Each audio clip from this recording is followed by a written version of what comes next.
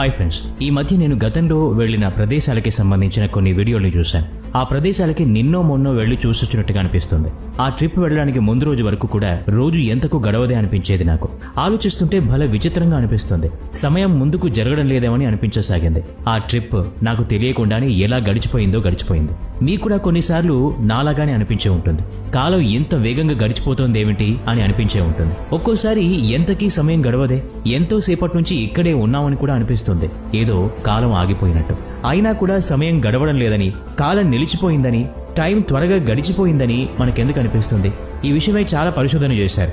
అలా పరిశీలించే కొద్దీ ఒకే విషయం మీద దృష్టి నిలిచిపోతుంది. అదే టైం. టైంకి నిర్వచనం ఒక్కొక్కరు ఒక్కొక్కలా ఇచ్చుకుంటారు. సాధారణ ప్రజల భావనలో టైం నిర్వచనం ఒకలా ఉంటుంది.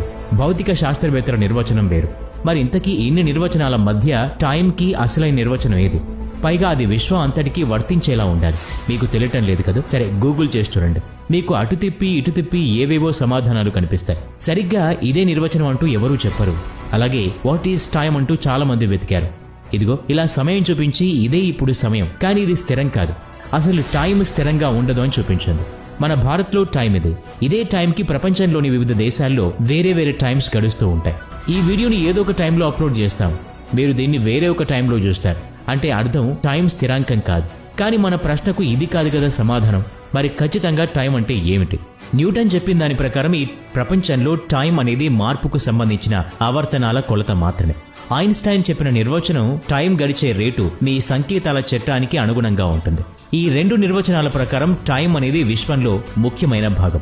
దీని ఉనికి, ఘటన మునుముందుకు గొలుసుకట్లా వెళుతూ ఉంటాయి. వెనక్కి ప్రయాణించడం అంటే గతం నుండి వర్తమానంలోకి, వర్తమానం నుండి భవిష్యత్తులోకి వెళ్ళడం అనేది ఉండదు. టైం గురించి చదివే కొద్దీ మనకొక సత్యం కనిపిస్తుంది. భౌతిక శాస్త్రం క్లిష్టమైన దశలో ఉందని అనిపిస్తుంది.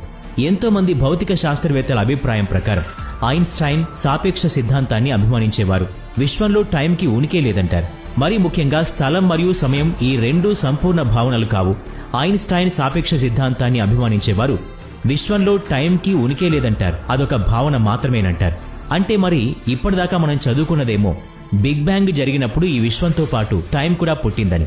మరి అది ఇప్పుడు అబద్ధమా? కాదు. అలా చెప్పడంలో చాలా లోతైన అర్థం కూడా ఉంది. అదేమిటో తెలుసుకుందాం. ఇది అర్థం కావాలంటే కొన్ని ప్రాథమిక భావనలు తెలుసుకోవాలి. కొన్ని శతాబ్దాలుగా విశ్వం గురించి రెండు సిద్ధాంతాలు ప్రచారంలో ఉన్నాయి. విశ్వాన్ని అర్థం చేసుకోవడానికి వాటిని చదువుతూ ఉన్నాం. క్వాంటమ్ మెకానిక్స్, సూక్ష్మ కణాలు, వాటి మధ్య సంబంధాన్ని గురించి వివరిస్తుంది. జనరల్ థియరీ ఆఫ్ రిలేటివిటీ అనగా ఐన్స్టైన్ సాపేక్ష సిద్ధాంతం స్థూల వస్తువులు, గురుత్వాకర్షణ గురించి వివరిస్తుంది. చూడబోతే రెండూ తమ నిర్వచనాల ప్రకారం సరిగ్గానే ఉన్నాయి.